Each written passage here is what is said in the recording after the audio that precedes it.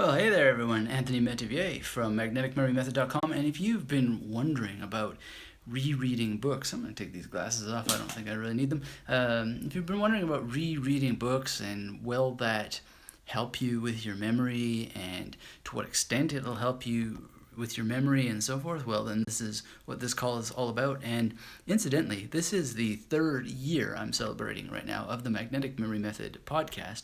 And I'm really excited about that because 3 years is a long time to be podcasting. Hardly ever missed a week. And while we're waiting here for anybody who wants to show up, I'm trying a different time of day here to see if that works for people. I'd really just like to thank everybody who's been a supporter of either this YouTube channel or the Magnetic Memory Method podcast, because it's just been absolutely incredible. The amount of attention that it's gotten, and the amount of email I receive, and all the things that have happened because of this. And the third year, that's a lot of podcasting, and I've hardly missed a week. There's just 100, getting over, so many episodes and so many downloads. It's unbelievable. So if you're hopping on this live call, please let me know where in the world you are, and smash, as they say, that like button, and we can get started. One of the things that I'm doing right now is translating a book, which is Das Vergessene Gedächtnis from German, which is the Shigua Jifa. Really interesting book to be translating, because Shigua Jifa means Western memory technique, and having a lot of fun doing that. But the question is rereading a book a thing that really helps your memory? And I would say that it does. One of the things that it does is helps you connect with context, and that is something that unpacks so many things. And what I mean by that is that when you're rereading something, you're able to think about the context in which that you originally read the text, and then you can think of the context that you're reading it in the second time around. And that just unlocks and unravels so much potential when it comes to creating memory palaces, because you may have read that book a long time ago and not thought about the memory palace technique or any mnemonics at all, but now you have the opportunity to do exactly that, which is incredibly empowering and enables you to accomplish so much, because you think through, as you're reading, all the places that were important to you in your life at that time, and you develop a new point of access for getting those memory palaces out. So you get your memory palace journal going, and you just start to list all of the memory palaces that come to mind from that first time that you read the book. And it's just absolutely the most powerful thing that you can do. So if I were to think of the first time that I read, for example, a Stephen King book that I really loved, Firestarter, then I'm beginning to think of where I lived, and I realize I've never made a memory palace out of that house. And that's just an amazing thing. And then I think about all my friends that lived nearby, and I realize, holy cow, there's people who have homes that I've never used. And that's just by thinking of the title of one book. And I can think of other books by that same author, go through a list of all his books that I've read, and begin to compile all kinds of memory palaces that are just waiting to be unpacked. So rereading books has that potential for the new mnemonist and for the old mnemonist alike to just unpack so much material. Again, if you're hopping on this call, let me know where in the world you are and what time it is and what you're thinking and how you're feeling. And we're celebrating the third year anniversary this week of the Magnetic Memory Method podcast, which is very, very exciting. And so thank you for being here as a supporter of this work in memory training. And again, the announcement, if you just hopped on the call, I'm this deep into translating the Shigua Jipa, which is a book. I mean, translating ultimately leads to a lot of reading and rereading. So that's really, really powerful. But there's many, many ways to think of how that you can reread books in it's just that unlocks so many ideas. So Electro Macaque from Bangalore, India, 10:28 a.m. in Bangalore. Okay, so this time of day is an interesting time of day to do Magnetic Memory Lives. Holtz Bolt, hello from Germany. Well, hallo, wie geht's dir, Holtz? Schön, dass du hier bist. Wir können duzen, yeah? I hope so. Well, if not, let me know, and I will see you for sure. But and since you're here, you definitely want to get hold of Das Vergessene Gedächtnis, because this is crazy good. It's a very, very good book to read. And Germans have such a great literature available for you to read and reread when it comes to memory techniques, because you have Eselswelt, which is an amazing book on memory techniques. And to my knowledge, it's not available in any language except for German. So that is something super, super powerful. Now, we were talking about the powers of rereading and how it's good for your memory and so forth. And so the number one thing is that you get to think of the context in which you originally read something and unlock all kinds of memory palaces, because books that you've read before are a portal to other parts of your life that you may have forgotten about. So I was just thinking of Firestarter, where I read it, and wow, it's just amazing. Well, thank you for that like button, and keep them coming. And if you haven't let me know where you are in the world, let me know. I'm delighted to meet with you here live. But that just unlocks so many things. And then when I read Firestarter again not that long ago, I can think of where I was, and I was in a completely different context. I was a completely different person. And then, of course, it means so many different things, and those different meanings unlock so much potential for thought, so much potential for using just the power of new experience, thoughts newly experienced again and again in a completely new way. So Firestarter is a really interesting example, because what it meant for me at reading that as a kid and what it meant for me reading it as an adult are very, very different things. And what really stuck out for me is that I had had no experience with some of the strange chemicals that are talked about in the book when I first read it as a young person, and then reading it as an adult had all kinds of experiences with that. So the context shifts and changes, and then new thoughts. So I knew, for example, reading it the second time, who Dr. Thomas Szasz is, and I knew who Robert Langs is, or was. He's well, they're both, I believe, passed away now. But you can think differently about the events in a book that you're reading the second time, and then think about, whoa, okay, so where was I when I first heard of Dr. Thomas Szasz? Where was I when I first heard of Dr. Robert Langs? And then those unlock new memory palaces, or the potential for new memory palaces, and that's really exciting. So there's just a lot to be had and to be done when you are using memory palaces, when you are rereading books. The other thing too is that the books themselves, if you are interested in using virtual memory palaces, and I've done quite a lot of material on virtual memory palaces. D.A. Lit says, Beaverton, Oregon, 10:01 p.m. West Coast time. Wow, so Beaverton, Oregon. That sounds like a very exciting place to be. I've never been to Oregon, but I want to visit it very, very much. And I know some people who are in Oregon right now who are doing some great things to help with the magnetic memory method. So thank you for being here, and I just send lots of warm energy, magnetic energy, over to Oregon, and hope that I get a chance to visit there. Maybe we can do a memory training sometime. Jose, 1:02 a.m. in Harlem. Well, I have to tell you my Harlem story one time. I lived in Washington Heights, which is just a little bit north of you there. And,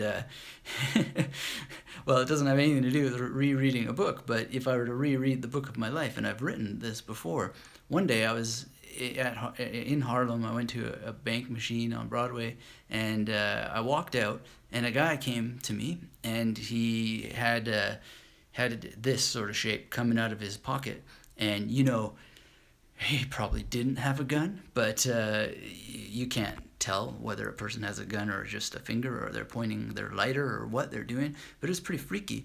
And he said, give me all your money or I'll shoot you. And I'd been studying Systema, which is the Russian martial art, for a long time, and you're very conditioned to become relaxed. Dielit says, I would love to attend a teaching here. Well, let's make it happen. It's not that difficult to do. It just requires the participation of people interested in going. So that would be great, and I'd love to visit Oregon. Anyway, I was there, and this training that I had in essentially conflict psychology, because a lot of what comes into Systema training, and all of this applies to memory, incidentally, is just total relaxation came over me. My shoulders dropped, which is something that when you're in a state of conflict with people, whether it's a mugging or it's that you're just are having an argument with a loved person in your family and whatnot, your shoulders raise. And also when you're in tension, like when you are in an exam or something, your shoulders get all raised up, and that just blocks your memory. It blocks your memory incredibly. So there I was, and my shoulders just dropped. And I started to smile at this guy, and I was even laughing. And he had this pointed at me what he was hoping to make the appearance of a gun. And maybe it was a gun, I don't know. But I just started to laugh. And he said, wipe that smile off your face or I'm going to shoot you. And he used very negative language beyond that. And I just waited for the right moment. And when the right moment came, I sidestepped him, walked past him. I'll never forget his eyes tracking me as I walked past. Hey, your coffee sucks showed up and says, hey, Anthony. Hey, your coffee sucks. How are you doing? Let me know where in the world you are and what time it is. Thanks for being here. And thanks to everyone who's showing up and letting me know where you are. So I walked past. This guy's tracking me with his eyes. And then as soon as I was out of sight, I just ran into a store. Now, those are two memory palaces that I could use, that bank machine and that store. And so that's another thing about, revisiting old memories and thinking about them is you have so much real estate, untapped real estate in your mind, and it's just a matter of processing them, finding ways to process them. So reading books is really great. So West Coast Eric is in Corte Madera, California. All right, great to have you here. And that sounds like a very interesting place to live. How is the weather in California? How are your memory palaces? Tell me, those of you who are on the call, what are you doing? How are your memory palaces developing? Your coffee sucks says, I'm doing great. I'm from New Orleans and it's 12:05 a.m. Oh, New Orleans. Wow, that must be a great place to live. Eric is coming from New Jersey. Greetings, Anthony. He says, Eric, thank you for being here. And thank you, everyone, for letting me know where you are. And hit that thumbs up button. Let me know you're engaged. Let me know what you're doing in your memory work. Are you just showing up and consuming information about memory improvement, or are you doing stuff? Because one of the number one things you can do is actually create memory palaces. And one of the things that I've been doing is thinking a lot about rereading and rereading books. And actually, not only is this an interesting way of continually rereading books, doing translation, but something really cool happened that I'll let you know about, and that is that I was walking along the street, and there's a your coffee sucks says it's pronounced New Orleans, by the way. Oh well, and I don't know. Maybe, yeah, I totally acknowledge that. But in Canada, we always say New Orleans or New Orleans or New Orleans, New Orleans, New Orleans, New Orleans, I think we say.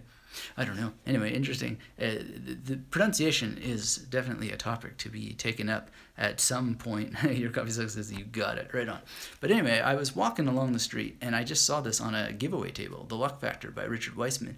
And this whole thing was just weird because I released for the 3rd year anniversary of the Magnetic Memory Method podcast. And for all of you guys who didn't show up until recently on this live broadcast, this is just a little celebration of the 3rd year anniversary of the Magnetic Memory Method podcast. So thanks for all your support with that. But just after I released this, I go down the street and I see The Luck Factor, which is a book that I had read, and just following some of the exercises in this, I read it several years ago, created a lot of luck for me. And so luck would have it that just when I put out this new podcast, which is 11 reasons why you should reread a book at least once a month, which I'm going to link to in this video, down below later if you want to come watch the replay, or you just want to go to magneticmemorymethod.com right now and grab that MP3.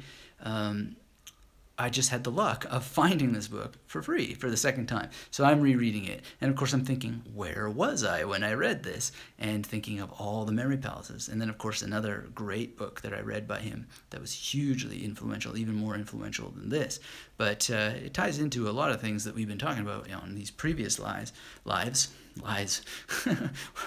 illusions, lies and illusions. That's an interesting thing we should just talk about briefly, is that there's something called the ugly sister effect that you may have heard me talk about before, which is when words come in place of other ones. When you're looking for one word and another one comes, it could be a Freudian slip, I'm not sure. But the luck factor, really, really amazing book. And one of the things that it talks about, it has an interesting graph here, is how people, the distribution of lucky and unlucky people. So people who don't meditate are much less likely to be lucky.